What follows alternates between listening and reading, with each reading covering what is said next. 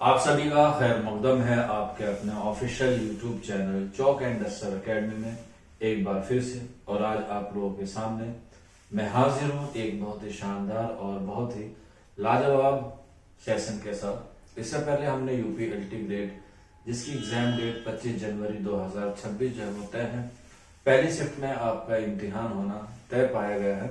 और उसी सीरीज में आप लोगों के लिए यूपी एलटी ग्रेड के जितने भी टॉपिक हैं उनको हम लोग यहाँ पर कवर कर रहे हैं। और उसके साथ साथ जो है वो आपको एग्जाम में आने वाले जो अहम अहम टॉपिक्स हैं या कह सकते हैं पॉइंट्स हैं उनको भी जो है वो रिकवर करा रहे हैं, क्योंकि काफी दिन से जो है बच्चे प्रैक्टिस कर रहे हैं। तो इससे पहले वाली क्लास में हम लोगों ने मसूद हुसैन रिजवी अदीब की मशहूर तसनीफ हमारी शायरी के हवाले से जो है गुफ्तगू की थी।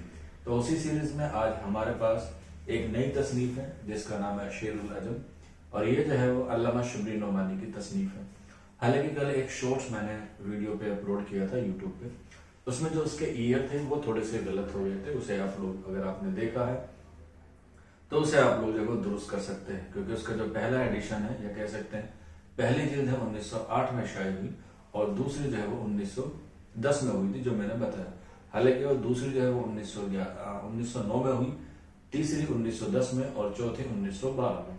1911 में कोई जिल्द जो है वो शायद नहीं हुई, और उसके बाद लास्ट और पांचवी जिल्द जो है वो 1918 में शायद हुई। ये एक छोटा सा करेक्शन है, आप लोग यहाँ से कर सकते हैं। जैसे फिल्म से पहले टीजर आता है तो वीडियो से पहले या लेक्चर से पहले जो है वो एक छोटा सा हम लोगों ने शॉर्ट्स भी जो है वो अपलोड किया था, जिससे बच्चों को लगे कि अगला टॉपिक जो है वो हमारा क्या होगा, अगला टॉपिक जिस टॉपिक पे शॉर्ट्स बना है उसी से होगा, ताकि बच्चों के अंदर जो है वो एक क्यूरियोसिटी आए कि कल जो है वो जब सेशन होगा या जब कल जो है वो लाइव सेशन होगा या रिकॉर्डिंग क्लास होगी उसी में जो है वो टॉपिक्स हमें क्या देखने को मिलेगा। इससे हम लोग जो है वो पहले से ही क्या हो जाएंगे, प्रिपेयर हो जाएंगे। तो चलिए फिर बिना किसी देरी के आज का जो हमारा सेशन है उसका इस्तेमाल करते हैं। और आज का जो हमारा टॉपिक है वो है शेरुल अजम। चलिए फिर शुरू करते हैं, शेरुल अजम के हवाले से बात करते हैं। ये अल्लामा शबली नोमानी की क्या है तसनीफ है, और इस तसनीफ के हवाले से आज हम लोग बात करेंगे, क्योंकि एग्जाम में इससे रिलेटेड जितने भी सवाल हैं, ये जितने भी सवाल आ सकते हैं वो सारे हम लोग क्या करेंगे, कवर करेंगे। तो यहाँ पे देख लीजिए, यहाँ पे देख लेते हैं, ये शेरुल अजम है जो तसनीफ है अल्लामा शबली नोमानी की। ये निहायत बुलंद पाया और मारकतुल आराई अदबी है। मार का मतलब ये है कि इसमें जो है वो अदबी चश्मक के हवाले से बात की गई है। जैसे आपको मालूम होगा कि अल्लामा शबली नोमानी जो है वो मशरकी अदब के दिलदादा थे, वहीं इनके हम असल या इनके दोस्त अल्ताफ हुसैन हाली जो है वो मगरिब के दिलदादा थे। तो इसीलिए इसमें जो है वो मार का आराई भी हमें देखने को मिलते हैं। ये तसनीफ है, इसकी किताब यानी कि शेरुल अजम जो है वो 4 जिल्दों पर जो थी मौलाना की जिंदगी में शाये हो गई थी, जबकि जो 5वीं जिल्द है उनकी वफात के बाद यानी कि 1918 में जो है वो शाये हुई। ठीक है, तो टोटल जो शेरुल अजम है वो 5 जिल्दों पर क्या है मुश्तमिल है। 4 जिल्द शिबली नोमानी की जिंदगी में ही शाये हो गई और 5वीं जिल्द जो 1918 में शाये हुई वो उनकी वफात के बाद शाये हुई। इसके बाद वफात कब हुई, 1914 में हुई आजमगढ़ में, और वफात के साथ साथ आप पैदाइश भी लिख सकते हैं। तो इनकी पैदाइश 1857 ये भी कहां पर हुई, आजमगढ़ में हुई। आइए 5वीं जिल्द उनकी वफात के बाद शाये हुई। शेरुल अजम की चौथी जिल्द में जो हमारी सबसे अहम जिल्द है 5 जिल्दों में, वो है चौथी जिल्द। तो चौथी जिल्द में शिबली की तनकीदी तस्वुरात जो है वो हमें मिलते हैं, जिस पर उन्होंने रोशनी डाली है इदराक, एहसास, तखय्युल और महाकाल। इन 4 चीजों पर जो है वो इसी तनकीदी तस्वुरात जो है वो उन्होंने पेश किए हैं। हालांकि इसका जो मौजू है अभी आगे देखेंगे। इस किताब का यानी कि शेरुल अजम का जो मौजू है वो फारसी शायरी की तारीख है, या हम लोग कह सकते हैं फारसी शोरा की तारीख है, जिसमें अलग अलग हिस्सों में जो है वो अलग अलग तरीके से जो है बात की गई है। हालांकि फारसी शोरा की तारीख जो है वो सिर्फ पहली, दूसरी और 3 जिल्दों पर ही मुश्तमिल है। चौथी और 5वीं में जो है वो उर्दू अदब के हवाले से बात की गई है। इसीलिए अल्लामा शिबली नोमानी जब इसे लिख रहे थे तो इसे 4 जिल्दों पर ही मानकर जो है वो लिख रहे थे, यानी कि उनका ख्याल था कि 4 जिल्द जो है वो इसके लिए काफी रहेंगे। लेकिन बाद में जो है वो 5वीं जिल्द उन्होंने लिखनी शुरू की। अल्लामा शिबली नोमानी ने शोराए फारसी के मुतवस्सिलीन और मुतखारिरीन के नाम से 3 इदवार कायम किए, यानी कि 3 इदवार में जो है वो फारसी शोरा की तारीफ बयान की गई है, लेकिन वैसे इसमें जो है वो 5 इदवार हैं। याद रख लीजिएगा, 3 इदवार में या 3 हिस्से में या 3 जिल्दों में फारसी शोरा की जो है वो तारीफ बयान की गई है। चौथी जिल्द जो है वो तनकीद के हवाले से है, और 5वीं जो जिल्द है उसमें कसीदा, गजल और इश्किया शायरी, सूफियाना शायरी के बारे में बात की गई है। वो भी हम लोग जो है वो आगे क्लास में बात करेंगे। आइए इसके जो है वो हिस्सा अव्वल की बात कर लेते हैं, यानी कि जिल्द जो है वो पहली की बात कर लेते हैं।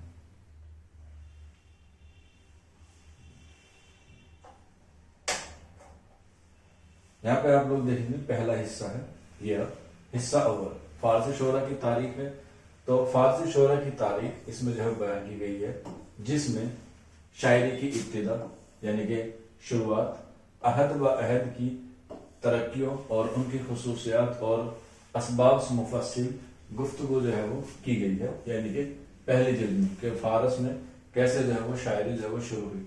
हालांकि इनके जो आबा उस्ताद थे अल्लामा शबीर नोमानी के, वो ईरान से ही के रहने वाले थे, और एक राजा हुए हैं शिवराज सिंह, उन्हीं से जो है वो इनका ताल्लुक है। शिवराज सिंह ने जो है बाद में चल के इस्लाम को कबूल कर लिया, और ये जो है वो क्या हो गए, मुसलमान हो गए। इस बारे में भी जो है वो उसका जिक्र है। इसके बाद तमाम मशहूर शोरा का मुफस्सिल तज़किरा और उनकी शायरी पर तकरीज के बयान की गई है, और तकरीज के साथ तनकीद भी की गई है पहले हिस्से में, यानी कि पहली जिल्द में। इसके बाद हिस्सा दोम में जो फारसी शोरा हैं जिनका नाम यहाँ पर मेंशन है, ख्वाजा फरीदुद्दीन रहमतुल्लाह अलैह अत्तार से हाफिज और इब्ने यमीन तक, यानी कि ये फारसी शोरा हैं, और इसके दरमियान जितने भी शोरा आए हैं उनका जो है वो जिक्र है हिस्सा दोम में, या हम लोग कह सकते हैं जिल्द दोम में। इसके बाद आगे बढ़ते हैं हिस्सा सोम, यानी कि तीसरे हिस्से की तरफ अपना रुख करते हैं। ये मैं हिस्से बता रहा हूं, तो आप लोग जो है वो नोट करते हुए जो है वो चलिएगा। इसमें बात करते हैं हिस्सा सोम, यानी कि फगानी सिराजी से लेकर अबू तालिब कलीम तक। ये जो है वो 3 हिस्सों में जो मैंने आपको बताया था, अबू तालिब कलीम तक फारसी शोरा की जो है वो तारीफ या उनकी तनकीद या उनका तज़किरा जो है वो सारी चीज जो है वो क्या की गई है, बयान की गई है। इसके बाद हिस्सा चारम, या हम लोग कह सकते हैं हिस्सा चौथी जिल्द। इस हिस्से में तफसील के साथ बताया गया है कि ईरान की आबो हवा, ठीक है, तमद्दुन और दीगर असबाब ने शायरी पर क्या असर किया और क्या क्या तगय्युरात पैदा किए। इसके साथ हर दौर की खुसूसियात की तशरीह और शायरी के तमाम इनवा पर तकरीज और तनकीद जो है वो की है। ये भी याद रख लीजिएगा, तकरीज और तनकीद की है। हिस्सा पंजब, यानी कि लास्ट जो जिल्द है, इस हिस्से में कसीदा, गजल और फारसी जबान की इश्किया, सूफियाना, इखलाकी और फलसफियाना शायरी पर नक़द व तबसरा किया है 5वीं जिल्द पर, जो 1918 में शाये हुई उनकी वफात के बाद। तो ये हुई इसकी थोड़ी सी तमहीद जो हमें पढ़नी थी। इस समय पता चल गया कि कौन सा शायर का जिक्र किस में जो है वो किया गया है और किस तरीके से किया गया है। अब इसके जो 5 हिस्से हैं उसको जो है वो हम लोग एक बार अच्छी तरीके से और तफसील के साथ देखते हैं। आइए, शिबली ने शेरुल अदब 1324 हिजरी, यहाँ पे हिजरी है, हिजरी एग्जाम में आ जाता है तो आप लोग याद रख सकते हैं। बामुताबिक 1906 या 1907 में लिखना शुरू किया, यानी कि इस पर जो है वो काम करना शुरू किया, और 1907 या 1908 में जो है वो इसका हदफ पूरा किया। यानी कि पहली जिल्द जो लिखी गई 1907 या 1906 में लिखी गई, और 1908 में जो है वो इसे क्या किया गया, जिल्द पर जो है वो शाये की गई। पहली जिल्द 1908 में शाये की गई, जो कितनी जिल्दों पर मुश्तमिल है, 5 जिल्दों पर क्या है, मुश्तमिल है। और इसमें तकरीबन कितने सफ़ात हैं, तो इसमें तकरीबन 1400 सफ़ात हैं, यानी कि हर जिल्द में पहली, दूसरी, तीसरी, चौथी और 5वीं जिल्द को मिला के टोटल कितने सफ़े बनते हैं, 1400 सफ़े बनते हैं। और इसकी पहली जिल्द जो है वो 1908 में शाये हुई। शेरुल अदब की दूसरी जिल्द 1909 में जो है वो शाये हुई, और इसके बाद तीसरी जिल्द ज़ेरे बहस लाया गया 1910 में, यानी कि पहली 1908 है, दूसरी 1909 है, और तीसरी जिल्द जो है वो कब है, 1910 में। एग्जाम में आ जाता है तो इसलिए आप लोग यहाँ उसे याद रख लीजिएगा, एग्जाम के हवाले से हम लोग जो है वो सारी चीजें कवर कर रहे हैं। इसके बाद आगे बढ़ते हैं। ये हमारी जो है वो 3 जिल्दें होगी। पहली जिल्द 1908, दूसरी जिल्द जो है वो हमारी 1910 और तीसरी जिल्द 1910 है।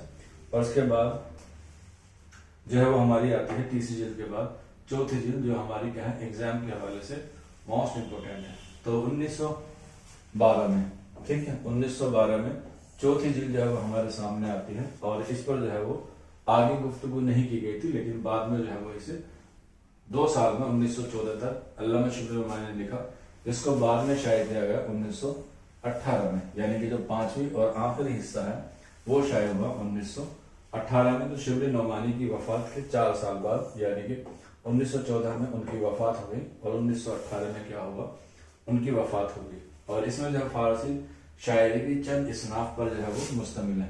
इसनाफ मैंने आपको बताया था भी, कसीदा, गजल और फारसी इश्किया शायरी और सूफियाना शायरी के बारे में 5वीं जिल्द में जो है वो बताया गया है।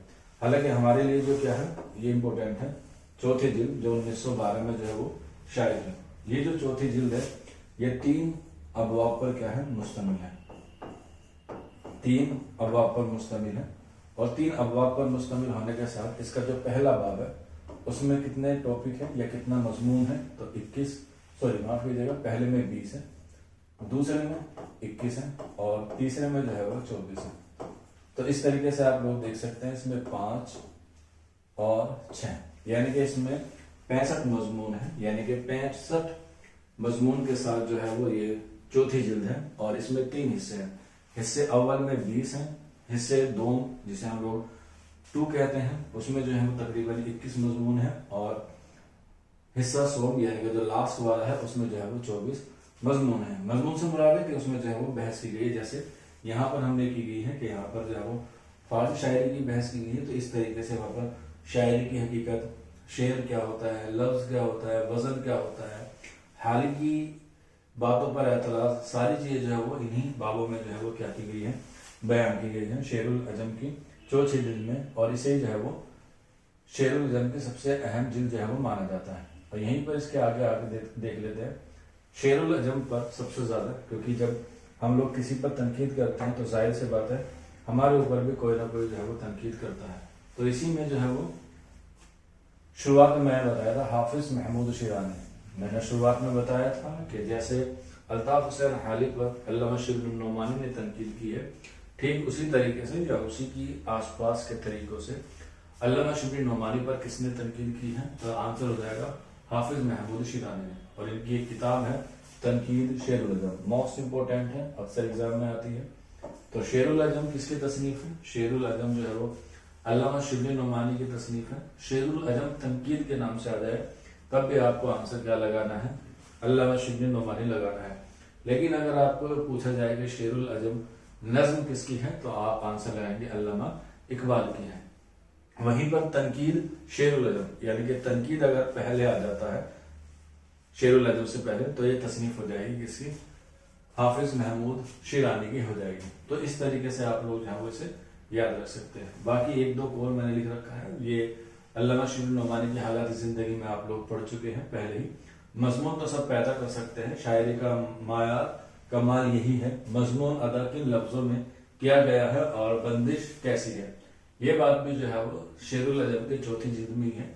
तो वहीं से जो है क्या आ जाता है, बिल्कुल सवाल आ जाता है कि ये किसका कौल है, तो ये अल्लामा शिबली नोमानी का जो है वो क्या है, कौल है। मजमून तो सब पैदा कर सकते हैं, शायर का मायार कमाल यही है कि मजमून अदा किन लफ्जों में किया गया और बंदिश कैसी है। इसके बाद लफ्ज और मायने का रिश्ता बिल्कुल ऐसा है, लफ्ज और मायने का रिश्ता बिल्कुल ऐसा है जैसे रूह और जिस्म का। तो रूह जो यहाँ पर क्या है, लफ्ज है, और मायने क्या है, यहाँ पर जिस्म है। किताबुल उम्दा ये एक बहुत मशहूर किताब है, जैसे मैंने क्लास के शुरू में बताया था कि अल्लामा शिबली नोमानी जो है वो मशरिकी अदब के दिलदार थे। मशरिकी अदब में अरबी और फारसी के शोरा आते हैं, तो वहीं से ये बात उन्होंने क्या की है, अर्ज की है कि किताबुल उम्दा में बाब फिल लफ्ज और मानी के तहत एक उन्वान कायम किया गया है, जिससे लफ्ज और मायने का रिश्ता पानी की तरह वाज़ है और साफ हो जाता है। तो ये बात जो है वो किताबुल उम्दा के बारे में की गई है। हालांकि हालांकि आपके निसाब में अरबी और फारसी के शोरा नहीं है, लेकिन फिर भी मैं आप लोगों को एक सवाल दे देता हूँ। कमेंट बॉक्स में मुझे जरूर बताइएगा कि किताबुल उम्दा के मुसन्निफ का नाम क्या है। बहुत मशहूर तहकीक निगार और तनकीद निगार हैं ये अरबी और फारसी तनकीद में। तो आप लोग मुझे जरूर बताइएगा कि किताबुल उम्दा जो है वो किसकी किताब है। तो इस तरीके से आज की क्लास में हमने शेरुल अजम के हवाले से बात की है। उम्मीद है आपको सारी चीजें समझ में आ गई होंगी। फिर भी कोई डाउट रह जाता है या कोई क्वेरी रह जाती है तो आप लोग नीचे कमेंट बॉक्स में पूछ सकते हैं। ये 2 बातें मैंने लिख रखी हैं, हालांकि मैंने आपको बता दी। शेरुल अजम तनकीद अल्लामा शिबली नोमानी की है, शेरुल अजम नज्म अल्लामा इकबाल की है और तनकीद शेरुल अजम हाफिज महमूद शिरानी की है। तो इस तरीके से आप लोग जो है वो शेरुल अजम को पढ़ सकते हैं। यहीं से जो है वो सवाल एग्जाम में आते हैं। इनके अलावा आपके निसाब में इनकी एक और तसनीफ है जिसका नाम है मवाज़ान अनीस व दबीर। वो भी एग्जाम के हवाले से मोस्ट इम्पोर्टेंट है और उसका हवाला भी आपको याद रखना। 1907 में वो शायद हुई आगरा से, जिससे उर्दू में तकाबुली तनकीद की क्या डाली, बुनियाद डाली। और तकाबुली तनकीद की बुनियाद डालने वाला बानी कौन है? अल्लामा शिबली नोमानी है। और ये कहाँ पर लिखी थी उन्होंने? हैदराबाद में जो है वो लिखी थी, मवाज़ान अनीस व दबीर। और इसी से तकाबुली तनकीद की बुनियाद डलती है। और ये किताब जो है वो एग्जाम के हवाले से इम्पोर्टेंट है, तो आप लोग उसको भी जो है वो एक बार देख लीजिएगा। बाकी उस पर भी हम लोग नेक्स्ट वीडियो में बात करेंगे इंशाल्लाह। तो आज के सेशन में इतना ही, शुक्रिया।